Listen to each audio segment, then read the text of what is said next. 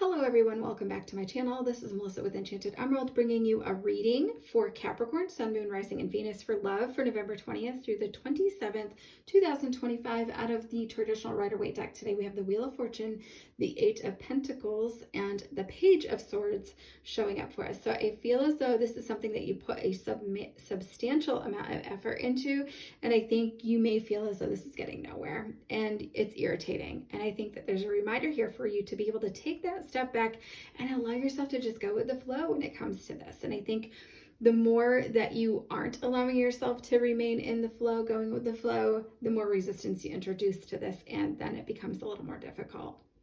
I think you're looking to bring a little bit of balance back into this because you're really wanting something stable and long-term. However, this already has the potential for something stable, for something long-term. And I do feel like there's a lot of devotion, and I think you could be a bit of a dynamic duo as things progress.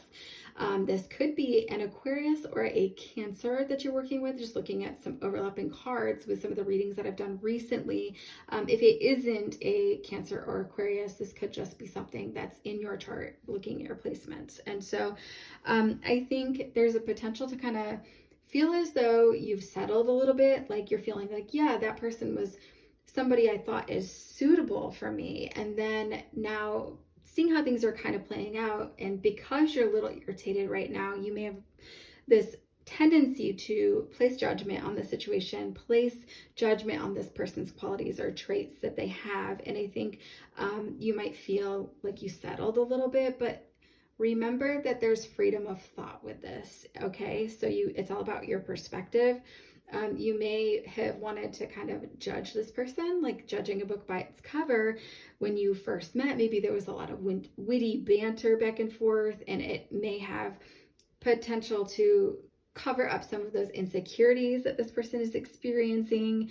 And ultimately, it's a lot more work than you expected or you planned for. So I think that this person really hasn't ever opened up to anybody on the level that you're hoping to connect with them.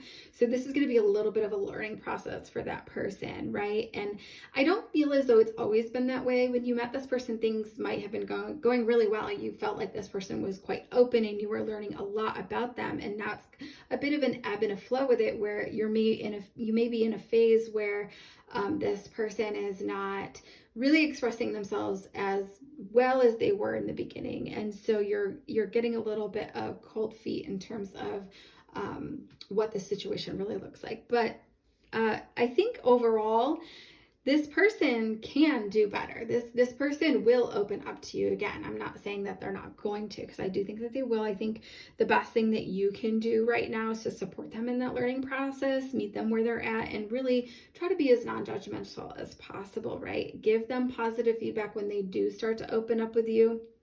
And I think that in a little bit of time, things will be progressing quite swimmingly. So look for moments for this person, of course, to be their authentic self, to allow themselves to shine, right? Like ask them about something that you know that they know a lot about, and then just listen. Allow yourself that time and space to really listen. And I think that it would make this person very happy to know that you're interested in that.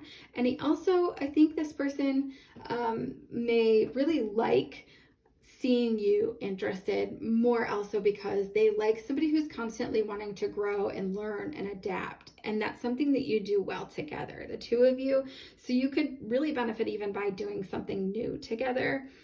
But yeah, this person's definitely stimulated by some sort of an intellect. So even like taking a date, going to a museum, and talking about different pieces that you guys are interested in and learning new things, I think that would be a really great date for the two of you.